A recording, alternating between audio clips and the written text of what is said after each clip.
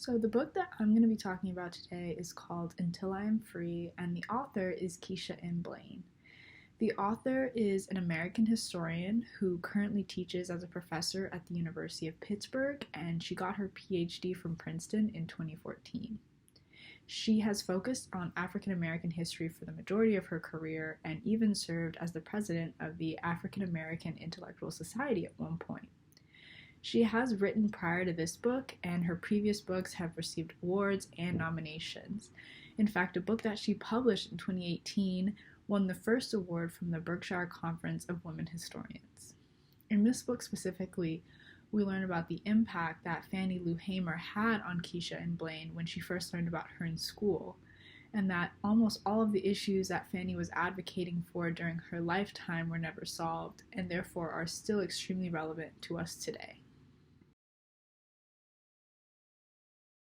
So the book was published in late 2021, and at the time when it was written, there was increased racial tension in the US due to state-sanctioned violence against Black people. It was also a time of increased violence towards Black women, and the author mentions a few names like Sandra Bland, Breonna Taylor, and Megan Thee Stallion.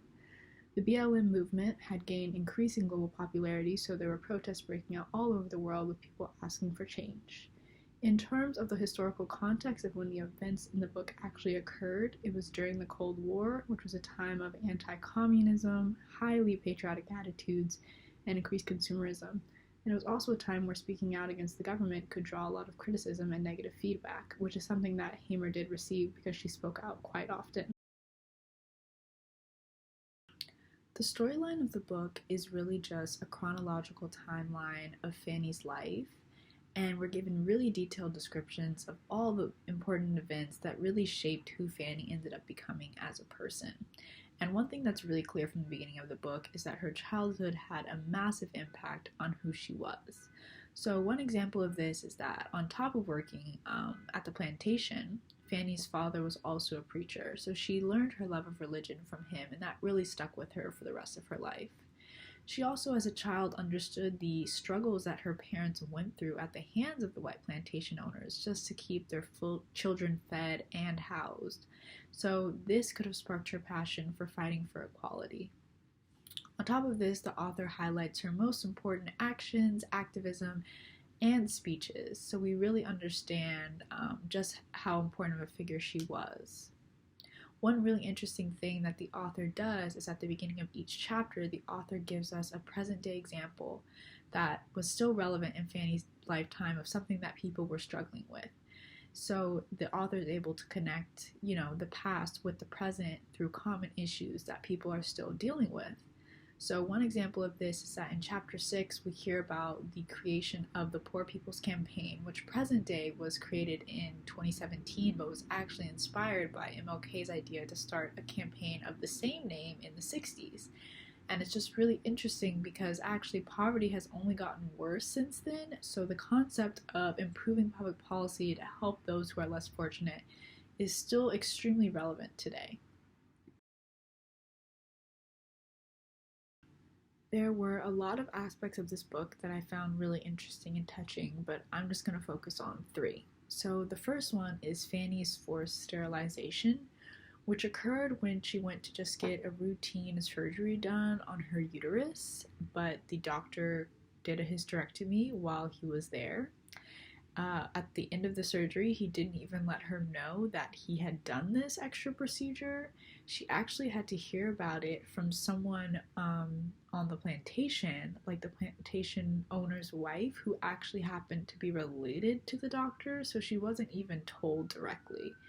She never saw legal counsel or anything because she didn't feel like a white lawyer would really take on the case, so the doctor never suffered any repercussions.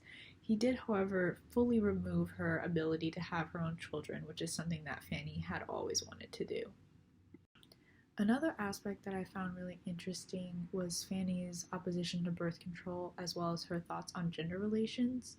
So Fannie was very progressive in many areas, but birth control access and abortion rights was just not one of them. She believed that abortion rights and birth control access were forms of genocide. On multiple occasions, she gave speeches deterring people from allowing birth control to be something that was commonly used. She even stated that if her mom had had access to birth control, she probably never would have been born because she was the last of 20 children. I feel like part of her opposition was due to the fact that she had always wanted to have children, but she was forcibly sterilized, so she never got the chance. And on top of this, she was a really deeply Christian woman, so I feel like her interpretation of the Bible partially led to this opposition as well. Fanny also didn't have the same thoughts on gender relations as many of the feminists did at the time.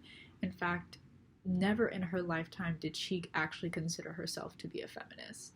She and her husband didn't have traditional gender roles because she wasn't the wife that stayed at home. She was very active in the community and she was always out, but she did really consider him to be the head of the household. And she saw Black men as the leaders and the ones who needed to make the decisions, and Black women as the ones that needed to be there to support those decisions for them. Another thing that I found really inspiring was Fanny's reaction to her trip to Africa. I personally feel like it's so nice that she was able to get out of the US at some point and experience another culture, especially her home country. I feel like it just had to be so mentally taxing to be a Black person at that time and often hear about your people in terms of the negative treatment they received or the violence that they went through. So I feel like her trip to Africa was really just a way to get out of that kind of stress. It's amazing that she was able to go there and see Black people that were in positions of power, because that's not really something that she ever got to see back home. It's a really touching story when the author tells us just how amazed Fanny was when she saw that the pilot and the flight attendants on her plane were Black. It was also really nice that she was able to learn that all of what she'd heard about Africa in the US actually wasn't true, and that the people there were just really amazing, smart, and strong people as well. One of the shortcomings of the text, I feel, is the author's lack of writing about the general white public's response to Fanny and her speeches and what she did. It's clear from the book that she is a very strong woman who had no real intention of making things sound quote-unquote politically correct. And because of the time that she was living, she would have made a lot of enemies just by doing this. And I feel like as readers, we aren't really given the true response of the white public to Fanny, because a lot of what we read are notable white people's responses to her speeches and how they were so touched and inspired by what she said. The author does touch on the struggles and the violence that Fanny endured at the hands of white people, but I would have liked to just read more first-hand accounts from white people, as well as how Fanny reacted to such strong negativity, because it's clear that she was a really strong woman, so it would be interesting to know the different ways that she coped with the stress of receiving that type of reaction from people, and how it affected her mental health.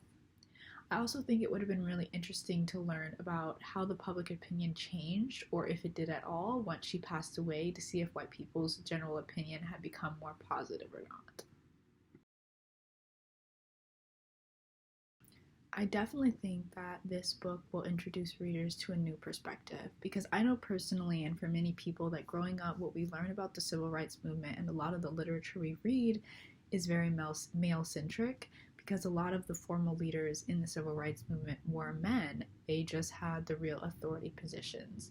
Despite this, women were super important in the civil rights movement. They were really the backbone. They were really involved in the local communities and really communicating the local community's needs to the higher-ups. Despite this, we really only learn about very few women like Coretta Scott King and Rosa Parks.